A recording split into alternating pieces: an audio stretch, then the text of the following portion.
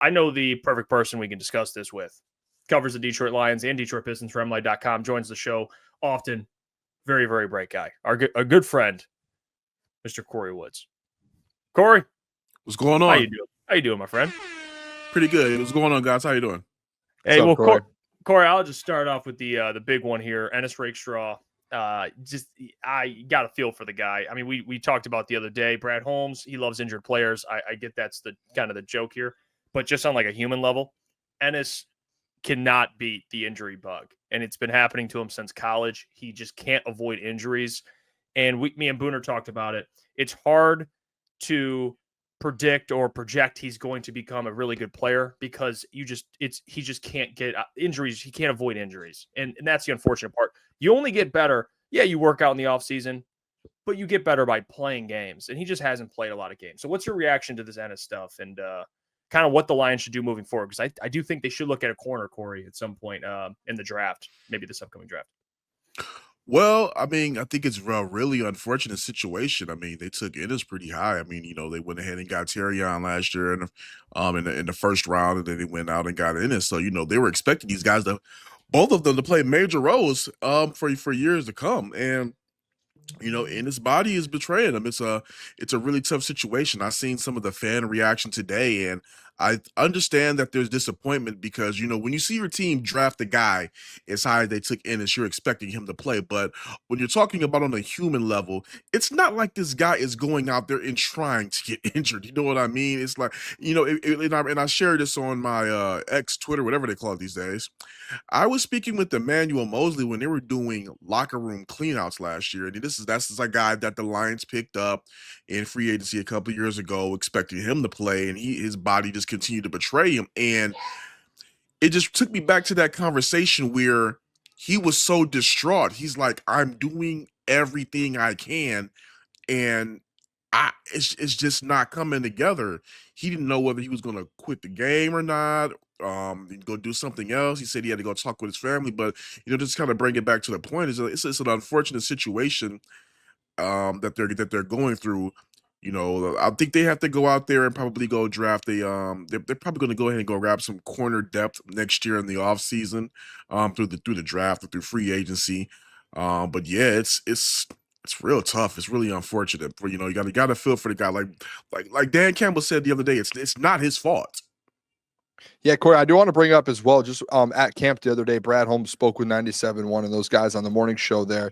Just want to get your thoughts. He brought up they asked him about Zadarius Smith, and he had kind of said, hey, this is a two-sided street essentially. And then he also said, I understand that some people potentially might not want to be at training camp.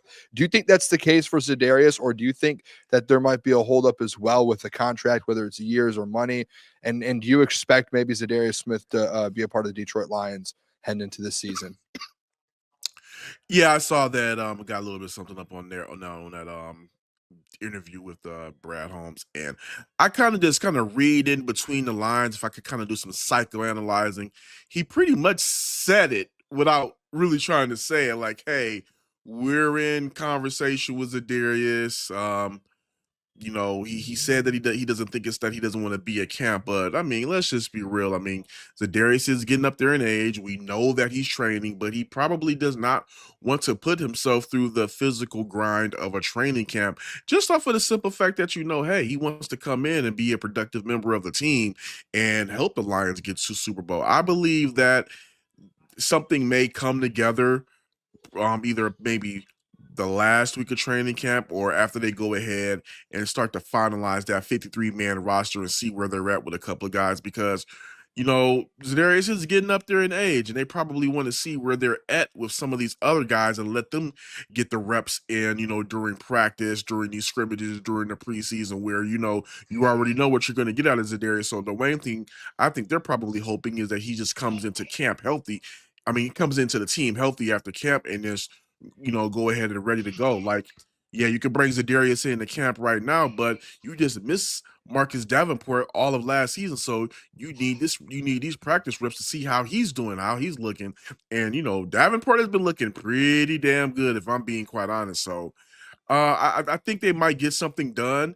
I think if Zadarius wanted to go anywhere else, I believe he could have been picked up by now. So the fact that he hasn't been picked up, he's fully healthy.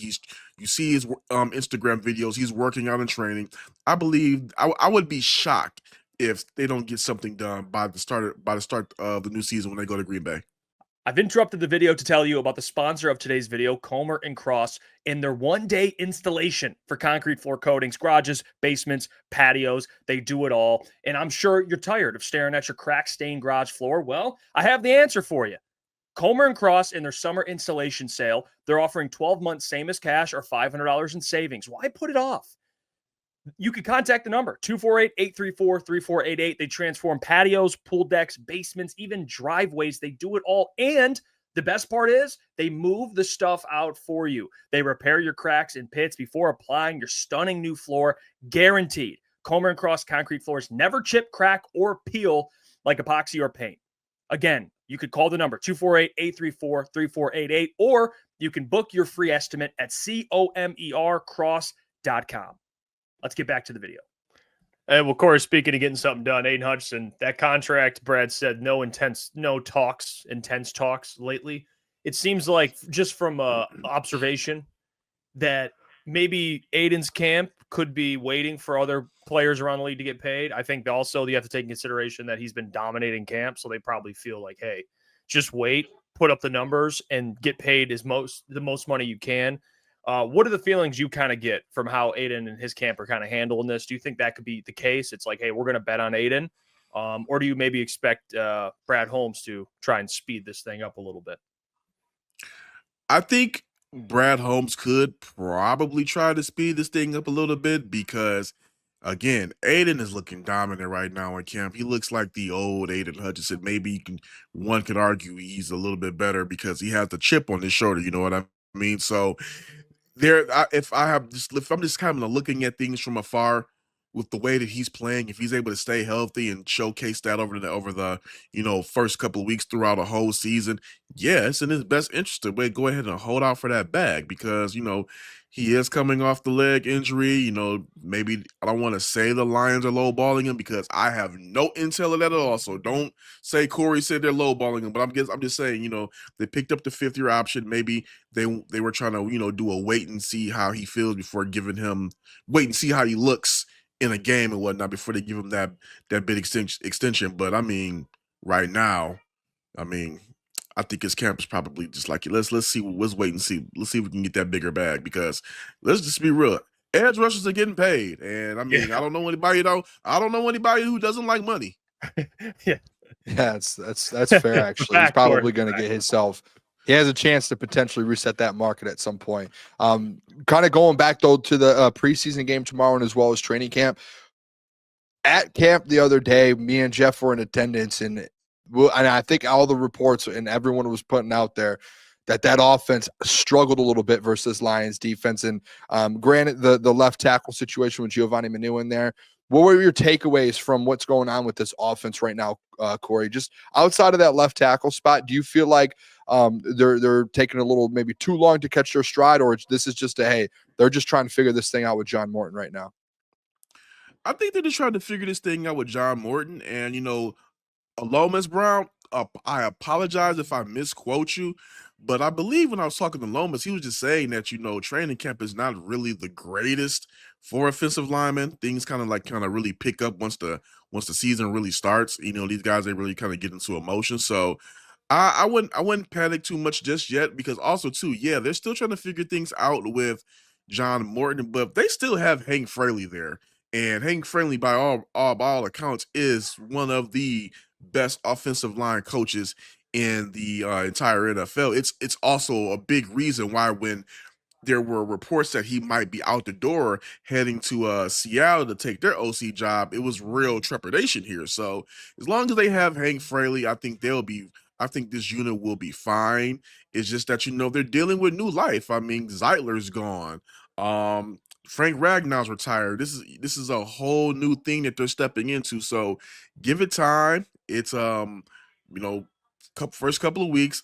I say if we're getting to like the end of preseason and things are still looking a little murky, okay, yeah, it's okay to have those concerns. But right now, I would say let's just kind of get through let's get through the first joint practice, which is coming up next week with the Miami Dolphins. Let's get through those 2 joint sessions and then kind of reassess where we're at. Yeah, Kory, well, just looking at kind of the roster, it's very early, but just based on your observations, is there any players in camp that has kind of surprised you, either for good or bad, guys that you think could sneak onto the roster or guys that you think could be left off the roster? Well, one guy that had made a name for himself in camp and did make a name for himself in that Hall of Fame game is Rocky Sin. I mean, and, especially now with Rakestraw going out, I believe this is a guy that was already going to be trending towards making the team before that. I believe right now, as long as he continues to have a solid showing throughout the camp, him and Avonte Maddox are going to go ahead and solidify themselves with a fine place within this team. Um, Dominic Lovett, I mean, we know he's going to be down for a little bit, so this is now a chance for a guy like Jackson Meeks to be able to step up and make a name for himself. I think Dominic has the edge on him when it comes to route running, but when you're talking about a guy that has been, making some tough catches in camp and really showing that underdog mentality, that could be Meeks. I don't know if I don't know if he's going to be the guy that makes the Lions decide to carry 6 wide receivers. I think, again, I think Lovett might have the edge on him in that. And when he comes back, he might be able to showcase a little bit more because he's a little bit more versatile. But Jackson Meeks is a guy that I've been really high on, maybe to a fault. I was high on Zach Cunningham. Things kind of slipped a little bit, so I'm curious to see how he's going to go ahead and make a name for himself and kind of solidify his role on this team. But yeah, those are some of the guys that I would say like I'm kind of like keeping my eye on. Yeah, another thing I want to bring up, and this has been a big thing over the last week because Tim Patrick, I believe, had some sort of injury at camp the other day. But even before that, the reports were that he was kind of struggling a little bit, and he had done an interview and said, "Hey, I need to be a lot better." And then while that's happening, Isaac Tesla, the rookie, is just essentially he's just out there balling, and he's making plays. And in the preseason, he was making plays. Do you think that this kind of transition from Isaac Tesla? I think everyone knew Isaac Tesla was kind of the Tim Patrick replacement after this season, potentially. Do you think that transition, Kory, is going to end up being a lot earlier than fans think? And there's a chance that this thing happens over the first few weeks of the NFL season? I'll tell you this much. Tesla is putting together an amazing camp. So if he's able to, I want to see what he's going to do with these next 3 weeks. He's been putting together some strong showings, and I mean, if he continues to develop that chemistry with Jared Goff, we got some company in the background. If he continues to develop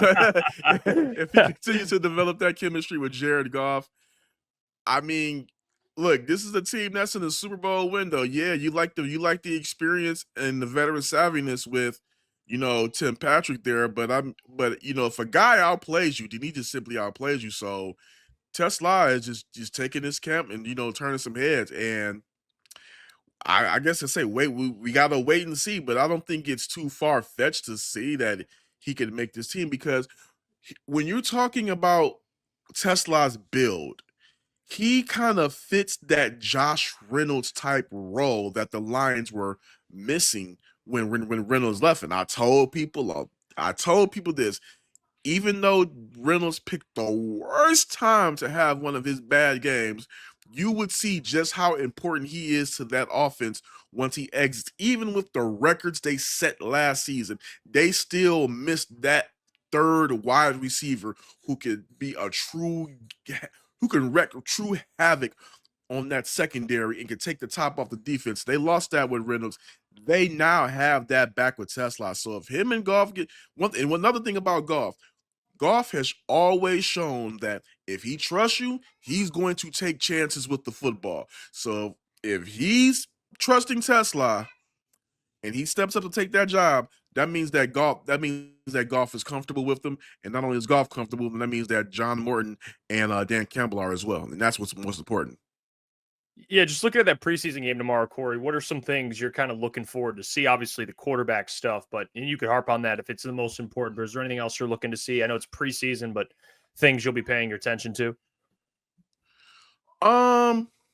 Some of the things that I'm going to be paying attention to is going to be obviously the QB2 role because Kyle Allen and Hendon Hooker did not have the greatest showing. I want to see what Hendon Hooker is going to be able to do coming out the gate with the offense and having that first half to work with, because me and Ben Raven talked about this on our Dungeon and Doom podcast. It kind of felt like in that Hall of Fame game in the second half, the Lions may have just been trying to get out of there injury free. You know what I mean? So I'm looking to see more of what they can go ahead and do with Hooker, because he had a strong camp up until recently, and this is a guy that they took really high. They need him to solidify himself as that number 2 role. Me and Ben went back and forth about whether Kyle Allen could take it or not. He's thinks that Hooker is Hooker's job to lose. I said that Kyle Allen was my dark horse, just to not necessarily take the job, but to put more pressure on Hooker because of just his being around the league a little bit longer. But this is his chance, and this is really the one thing that Lions fans and people in general are looking for, because everywhere else is pretty much solidified. Yeah, and I do want to kind of bring that up, because we asked John the other day too, when we had him on, about kind of roster bubbles. I know it's only kind of the second preseason game. Is there any kind of roster bubble guys right now when you're talking about, like, oh man, I'm trying to think of I'm drawing a blank right now in position. Broderick Martin, yes. Even Colby Sorsdale, who Kory, me and Jeff noticed that he was kind of getting more reps at the tackle position with all these injuries. And some of the people are saying that they felt like he has had a little bit of a better camp, even though he was one of the guys going in that potentially could lose his job based off of the signings that they made. Is there any of those bubble guys that you think are going to have a chance to kind of state their case over the next 2 weeks? Hey, Booner, can you say that again? You kind of went in and out of my headphones. I apologize. Oh, no, you're all good. I was just talking about the bubble guys heading into the next 2 weeks. Is there any specific players that are on the bubble that you think are going to have a chance to, like Broderick Martins or Colby Sorsdales, that are going to have a chance to still make this team? I would say Colby might have a shot to make this team just off of his versatility, and he's pretty much been able to play on different positions along this line. Broderick Martin, I'm a little bit concerned about. Me and Ben both talked about that. I believe that the Broderick Martin experiment might be coming to an end, because just in the time that he's been there, he has not really made a name for himself and solidified that he can be a guy in that defensive line rotation. So when we're talking about guys on the bubble, he is my number 1 candidate to be on the bubble of not making this team. Yeah, that the Broderick Martin. I think I had enough of it, Kory. If I'm being honest, I think I had enough of the Broderick Martin experience. But we'll always take the Kory Woods experience. We appreciate you, Kory, joining the show as always. You guys can follow Kory at Kory Woods. Joins the show, always helps the fellas out. Kory, we'll talk to you soon, my friend. All right, peace out. Appreciate it, Kory. Kory Woods. Hey, what's going on there? It's Jeff Iafrate. Appreciate you for finishing the video. You can check out one of the videos here suggested, or show support by commenting, liking, and subscribing. And buy your merchandise, FisherCTSports.com.